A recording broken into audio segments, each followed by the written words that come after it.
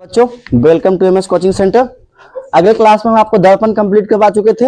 अगले क्लास में आपको दर्पण के बारे में बताया था कि दर्पण किसे कहते हैं, ये कितने प्रकार के होते हैं। आज आपका क्लास में स्टार्ट करेंगे वो आपका दर्पण के भाग स्टार्ट करेंगे। किसमें स्टार्ट करेंगे? दर्पण के भाग। दर्पण का भाग करने का मतलब हुआ कि दर्पण में कितने भाग होते हैं, पोल किसे कहते हैं, वक्रता केंद्र किसे कहते हैं, वक्रता त्रिज्या किसे कहते हैं, फोकस किसे कहते हैं, बिंब किसे कहते हैं। आज पूरी वीडियो में इसके बारे में ही चर्चा करेंगे। ठीक है, तो वीडियो में लास्ट तक बने रहिएगा। अगर वीडियो अच्छा लगे तो चैनल को सब्सक्राइब जरूर कीजिएगा और लाइक करना नहीं भूलिएगा। ठीक है, देखिए आपका जो पॉइंट जो हम पढ़ेंगे दर्पण के भाग, आपको इसके पिछले क्लास में बताया, तो चलेंगे दर्पण के भाग में। देखिए दर्पण का भाग में पहला है आपका पोल। क्या है? पोल। पोल का मतलब क्या होता है इंग्लिश में, उसको क्या हिंदी में क्या कहते हैं? ध्रुव। क्या कहते हैं? अब जानेंगे दर्पण के मध्य भाग को पोल कहते हैं। तो आप जानेंगे, जैसे कि मान लिया जाए बाबू यहाँ पर कोई एक दर्पण है। ठीक है, यहाँ पर देखिए समझिएगा, एक ये क्या है? दर्पण है। तो दर्पण के मध्य, मध्य के मतलब होता है बीच में, मध्य के मतलब क्या होता है? बीच में। तो दर्पण के बीच वाला भाग को, दर्पण के बीच वाला भाग क्या कहेंगे? क्या कहेंगे? ठीक है, दर्पण के मध्य भाग को क्या, तो देखिए आप लोग आसानी से याद कर लीजिएगा। आप यहाँ ध्यान दीजिएगा, दर्पण के बीच वाला भाग ये क्या है? पोल। पोल को हिंदी में क्या कहते हैं? ध्रुव। तो देखिए दर्पण के मध्य भाग को पोल कहते हैं, पोल यानी कि ध्रुव कहते हैं। तो दर्पण के मध्य भाग, तो आप एक दर्पण बनाइएगा और बीच में दे दीजिएगा बिंदु, तो समझ जाइए कि दर्पण के मध्य भाग को क्या कहेंगे? तो पोल कहते हैं। अब आइए उसके बाद वक्रता केंद्र। वक्रता केंद्र, गोलीय दर्पण जिस गोले का बना होता, आपको गोलीय दर्पण बताए थे ना कि गोलीय दर्पण किसे कहते हैं? वैसा दर्पण जिसकी परावर्तक सतह किसी खोखले गोले का, खोखले गोले का, खोखले गोले का। अगर आपको गोलीय दर्पण का डिफिनेशन याद रहेगा तो आप आसानी से वक्रता केंद्र याद कर लीजिए। कैसे? गोलीय दर्पण जिस गोले का भाग होता है, गोलीय दर्पण जिस गोले का भाग होता है उसे हम गोलीय वक्रता केंद्र कहते हैं। ठीक है, देखिए तो गोलीय दर्पण जिस गोले का क्या होता है? भाग होता है, उसे हम क्या कहते हैं? वक्रता केंद्र कहते हैं। क्या कहते हैं? अब आइए उसके बाद वक्रता त्रिज्या किसमें आते हैं? इसको इंग्लिश में रेडियस ऑफ कर्वेचर कहते हैं। तो ध्यान दीजिए, देखिए कितना आसानी से याद होगा वक्रता त्रिज्या। वक्रता केंद्र से ध्रुव, वक्रता केंद्र से, तो ये जो है आपका क्या है? वक्रता केंद्र है। क्या है बाबू? तो वक्रता केंद्र से यही क्या है आपका? ध्रुव है। क्या है? वक्रता केंद्र से ध्रुव के बीच के दूरी को वक्रता त्रिज्या कहते हैं। वक्रता केंद्र से ध्रुव के बीच के दूरी को क्या कहेंगे? वक्रता केंद्र कहते हैं। क्लियर है? अब देखिए अगर आपसे पूछे हम कि बताइए वक्रता त्रिज्या किसे कहते हैं, तो वक्रता केंद्र और ध्रुव के बीच की दूरी को, वक्रता केंद्र और ध्रुव के बीच की दूरी को क्या कहेंगे? वक्रता त्रिज्या कहते हैं। इसे आर से सूचित किया जाता है। किससे किया जाता है? आर से सूचित किया जाता है। ठीक है, तो देखिए इसमें कुछ विशेष याद करना नहीं है बाबू, सिर्फ ध्यान देना कि वक्रता केंद्र यहाँ है और इसको क्या कहते हैं? ध्रुव। तो वक्रता केंद्र और ध्रुव के बीच की दूरी को क्या कहेंगे? वक्रता त्रिज्या कहेंगे। ठीक है, इसे क्या से सूचित करते हैं? तो आर से करते हैं। ठीक है, देखिए आर अगर छूट गया होगा तो कहीं पर लिख लीजिएगा, इसको किससे सूचित करते हैं?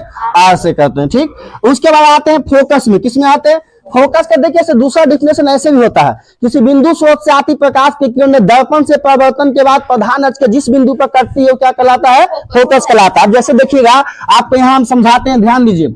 मान लीजिए कोई दर्पण है, ये आपका क्या है? प्रधान अक्ष है। ठीक है, तो किसी बिंदु स्रोत से, मान लीजिए क्या है? कोई बिंदु है, किसी बिंदु स्रोत से आती प्रकाश की किरण, कौन सा किरण? प्रकाश की किरण। किसी बिंदु स्रोत से आती प्रकाश की किरण में दर्पण से परावर्तन के बाद, परावर्तन मिस होता है वापस लौटना, परावर्तन मिस क्या होता है? वापस लौटना। तो किसी बिंदु स्रोत से आती प्रकाश की किरणें दर्पण से परावर्तन के बाद प्रधान अक्ष के जिस बिंदु पर कटती है, प्रधान अक्ष के जिस बिंदु पर कटती है वह बिंदु फोकस कहलाता है। ठीक है, एक इसका डिफिनेशन। और सबसे आसान सा डिफिनेशन अगर आपसे पूछे तो देखिए इसका कौन सा डिफिनेशन हो जाएगा? त्रिज्या के आधा को फोकस कहते हैं। अब त्रिज्या कौन सा है? यहां से यहां के बीच त्रिज्या है। अब जैसे मान लो कि ये आपका त्रिज्या है, तो एक बीच में ही क्या हो गया? फोकस। त्रिज्या के आधा को क्या कहेंगे? और बड़ा लॉन्ग वाला में जाना है, तो किसी बिंदु स्रोत से आती प्रकाश की किरणें दर्पण से परावर्तन के बाद प्रधान अक्ष के, कौन सा अक्ष है? प्रधान अक्ष के जिस बिंदु पर कटती है वह बिंदु क्या कहलाएगा? फोकस कहलाएगा। क्या कहलाएगा? समझ आया आप लोगों को? फोकस किसे कहते हैं? तो किसी बिंदु स्रोत से आती प्रकाश की किरणें, मान लो क्या दर्पण है, प्रकाश दर्पण से परावर्तन, परावर्तन मीन्स होता है वापस आना, परावर्तन के बाद प्रधान अक्ष के जिस बिंदु पर कटेगा वह बिंदु क्या कहलाएगा, फोकस। तो देखिए यहाँ पर आपको हम समझने के लिए बताए हैं बाबू, यही क्या है, फोकस है। अगर हम इसको चाहेंगे तो यहाँ से ऐसे करके गुजार के यहाँ से ऐसे काट कर निकाल सकते हैं, नहीं निकलेगा, यहाँ कट रहा है कि नहीं। तो इसका दूसरा डिफिनेशन ऐसे भी बोल सकते हैं। अगर आपको नहीं पता रहेगा तो सबसे आसान सी भाषा जो है आपका क्या कहेंगे, त्रिज्या के आधा को क्या कहते हैं, फोकस कहते हैं। ठीक, आपको समझ में आ गया फोकस। चलिए अब उसके बाद आते हैं मुख्य अक्ष। किसमें आते हैं, मुख्य अक्ष, प्रिंसिपल एक्सिस, इसको हम लोग प्रधान अक्ष भी कहते हैं। मुख्य अक्ष को क्या कहते हैं, तो कितना आसान, दर्पण के बीचों बीच भाग से गुजरने वाली रेखा को कौन सा अक्ष कहेंगे, प्रधान अक्ष। दर्पण के बीचों बीच भाग गुजरने वाली रेखा को क्या कहते हैं, प्रधान अक्ष। अब देखिए आप ध्यान दीजिएगा, मान लीजिए ये आपका क्या दर्पण है, ठीक है, तो दर्पण के बीचों बीच भाग से गुजरने वाली रेखा को क्या कहेंगे, प्रधान अक्ष। प्रधान अक्ष किसे कहा जाता है, जो दर्पण के बीचों बीच भाग से क्या हो जाए, गुजर जाए, उसे क्या कहेंगे, प्रधान अक्ष। तो देखिए आपका प्रधान अक्ष क्या हुआ, ये वाला जो रेखा गया है ये कौन सा रेखा हुआ, प्रधान अक्ष। तो आप आसानी से इसको सुना दीजिएगा कि दर्पण के बीचों बीच भाग गुजरने वाली रेखा को क्या कहते हैं, प्रिंसिपल एक्सिस, प्रधान अक्ष कहते हैं। क्या कहते हैं, प्रधान अक्ष या फिर मुख्य फोकस कहते हैं। दर्पण के बीचों बीच भाग गुजरने वाली रेखा को क्या कहेंगे, प्रधान अक्ष कहेंगे। कोई दिक्कत। चलिए आगे आते हैं बाबू, उसके बाद आते हैं बिंब।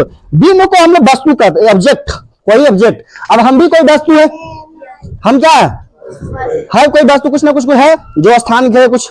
आगे देखिए, तो बिंब ऑब्जेक्ट, वस्तु को क्या कहा जाता है, वस्तु को बिंब कहते हैं। इतनी आसान सी भाषा में बिंब किसे कहेंगे, तो वस्तु को क्या कहेंगे, बिंब कहेंगे। वस्तु को क्या कहेंगे, बिंब कहेंगे। ठीक, यह हमेशा क्या होता है, लेफ्ट ओर होता है। लेफ्ट माने बाईं ओर होता है, इसे यू से सूचित किया जाता है। किससे किया जाता है, आपको हम अभी बताएंगे कि यू का मतलब क्या होता है, भी का मतलब क्या होता है।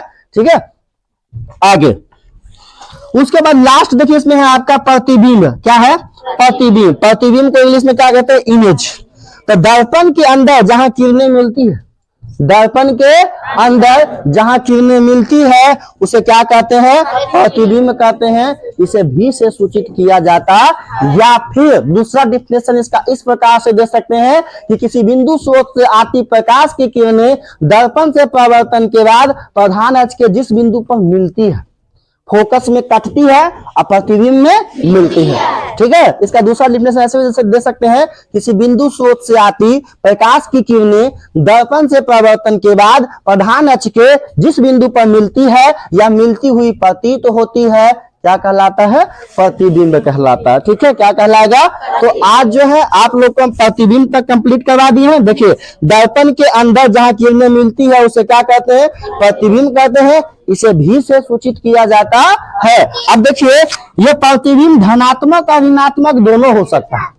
प्रतिबिंब धनात्मक और ऋणात्मक।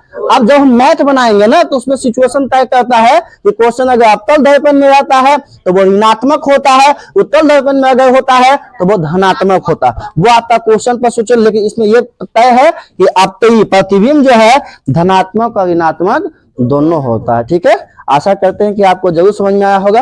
अगर समझ में आया तो वीडियो को लाइक कीजिएगा, शेयर कीजिए और बने रहिए एमएस कोचिंग सेंटर के साथ। धन्यवाद।